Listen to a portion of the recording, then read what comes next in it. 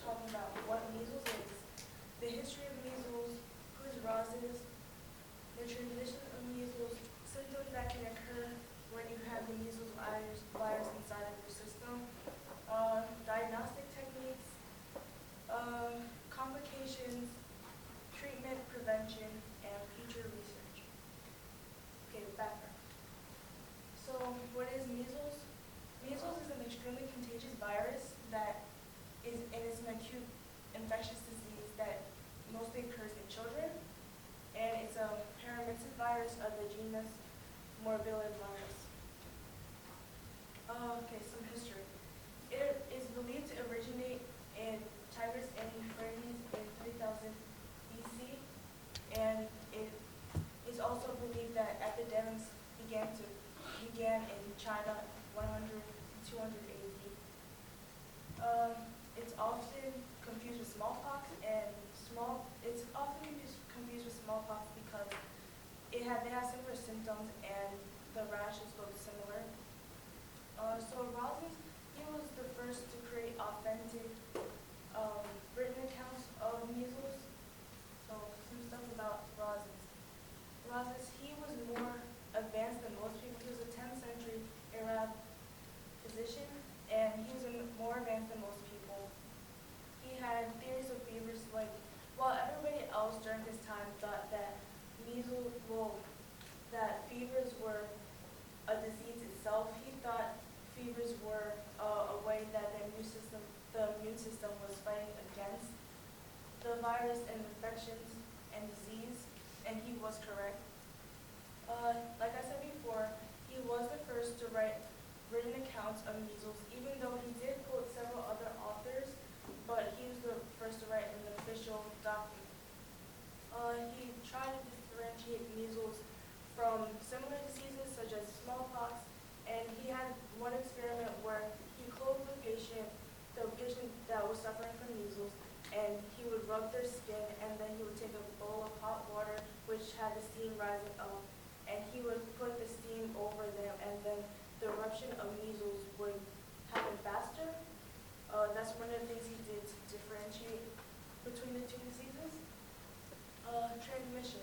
So it's transmitted when a patient drops and it's airborne. It can affect you from an infected person, which because the disease is solely infected to humans, so you can't get it from an animal. So you can get it from an infected person coughing on you, sneezing on you, talking to you, breathing on you. Okay, transmission.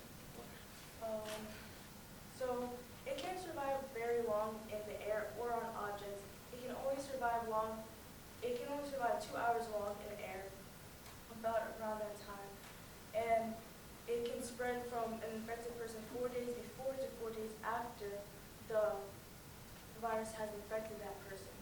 And here's a picture of a little boy who has the measles, and he has a rash and nose. Some symptoms. So you can get a rash, fever, weakness in the muscles, loss of appetite, cough. You can cough a lot, red watery eyes, and a runny nose. This is a little girl who has measles. She has red watery eyes, and she has the rash all over her skin. The diagnostic techniques that physicians use to diagnose you with measles: they take your medical history, they take physical exams, since one of the symptoms are that you have weakness in the muscles. That's why they do the physical exams. And they look for Kaufman spots. Kaufman spots are found in the back of your mouth. They're white spots. As seen here, you can see the white spots. And if they see these spots, then they know that you do have measles. That's a sure sign that you have measles. So they usually don't like to bother with blood and tissue tests, but they do anyway for legal purposes and help to record the epidemics along with epidemics. So even if you do get rid of the measles virus out of your system, there are some complications. So you can have ear infection, ear pneumonia, pneumonia, pregnancy problems, which is like you lose your baby. So that's why pregnant women, they want to stay clear of news even more than normal people, because you can lose your baby, you can have an underweight baby, or a premature baby. Blindness can occur, neurological damage can happen, and it can result in death also. Some treatment. There is not a cure for measles, but the treatment focuses on relieving the symptoms. So they use IV fluids, they use antibiotics, they use medication to control fever and pain, and they also use vitamin A supplements. Vitamin A supplements are used to control the blindness, lower the risk of the blindness, because it happens mostly in third world countries. So, and people there usually have vitamin A deficiency. So what they do is they give them the vitamin A supplement, and it lowers the risk of them dying or becoming blind. So prevention, you can get a vaccine. It's called the MMR vaccine, which stands for measles, mumps, and rubella vaccine. There are 2 doses. You get one when you are 12 to 15 months old. You get the second one when you're 4 to 6 years old. But you can also get one when you're 18 if you didn't get the first 2 doses when you were a child. And it's recommended that you do so if you didn't get the first doses if you're entering college, because it's very easy to contract the disease in dorms. And some easy ways just to avoid it is washing hands and avoiding infected people. So some future research. So they're working on the eradication of the disease, and they're improving vaccines.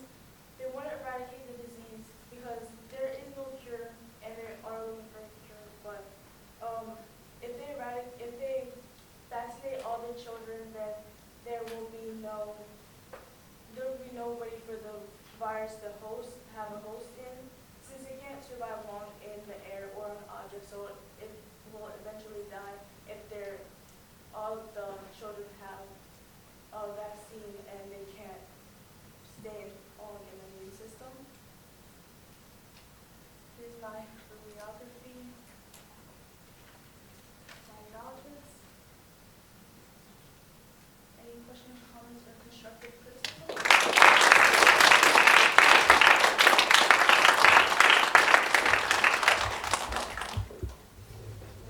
I'm not sure if you mentioned this, but what are the Koreans?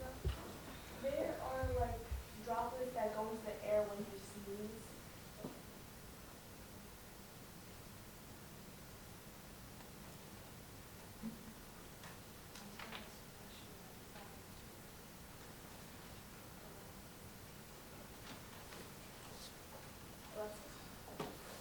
Once you get measles, can you get it a second time? Or like, are you?